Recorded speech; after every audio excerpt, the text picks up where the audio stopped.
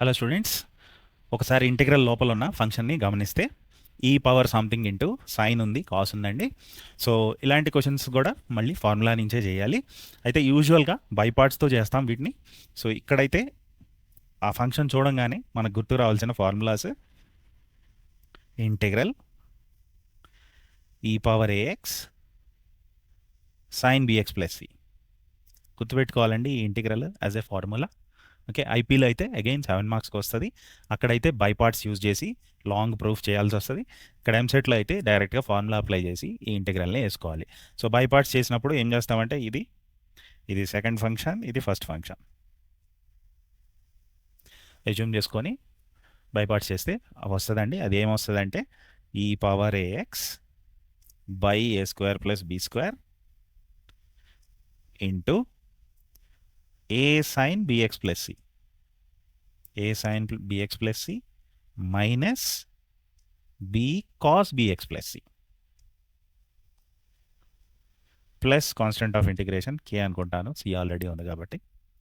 So ఇలానే దీని twin ఉంటుందండి, where you have cos inside the integral. ఒకవేళ కాస్ ఉంటే లోపల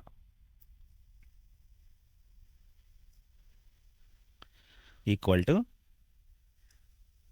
ఇప్పుడు కూడా రిజల్ట్ ఇంతకుముందు రిజల్ట్ లానే ఉంటుంది, కానీ మధ్యలో ప్లస్ ఉంటుంది. సో ఈ రెండు ఫార్ములాలు ఒకేసారి గుర్తుపెట్టుకుంటే ఈజీగా ఉంటుందండి. ఎందుకంటే సైన్ కేసులోనేమో మైనస్ ఉంటుంది, మధ్యలో కాస్ కేసులో ప్లస్ ఉంటుంది. ఇంకా లోపల కాస్ ఉంటే ఫస్ట్ టర్మ్లో మళ్ళీ కాసే వస్తుందండి. లోపల సైన్ ఉంటే ఫస్ట్ టర్మ్లో సైన్ వస్తుంది. సెకండ్ టర్మ్లో దాని ఆపోజిట్ ట్రిగ్నోమెట్రిక్ ఫంక్షన్ వస్తుంది. Like here a cos bx plus c plus cos ఉన్నప్పుడు ప్లస్ వస్తుంది.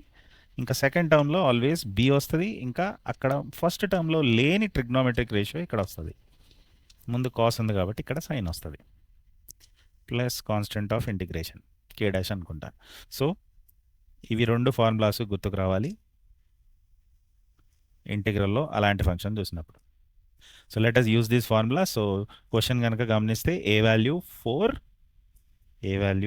అక్కడ అండ్ బి వాల్యూ ఈజ్ 3. అయితే ముందు రెండు ఇంటిగ్రల్స్గా స్ప్లిట్ చేసుకుందాం. ఇచ్చిన ఇంటిగ్రల్ని integral e power 4x sine 3x minus integral e power 4x cos 3x dx. So రెండు ఇంటిగ్రల్స్లో ఏ వాల్యూ 4, బి వాల్యూ 3. అయితే కొన్నిసార్లు వేరే క్వశ్చన్స్లో ఏబి వాల్యూస్ వేరు వేరు ఇంటిగ్రల్స్కి వేరు వేరు ఉండొచ్చండి. సో ఇక్కడ it is easy, e power ax by a square plus b square, 4 square plus 3 square. Sine ఉంటే a sine bx plus c, c ఏం లేదు, so just a sine bx. Sine ఉన్నప్పుడు మధ్యలో మైనస్ వస్తుంది, and then b cos bx.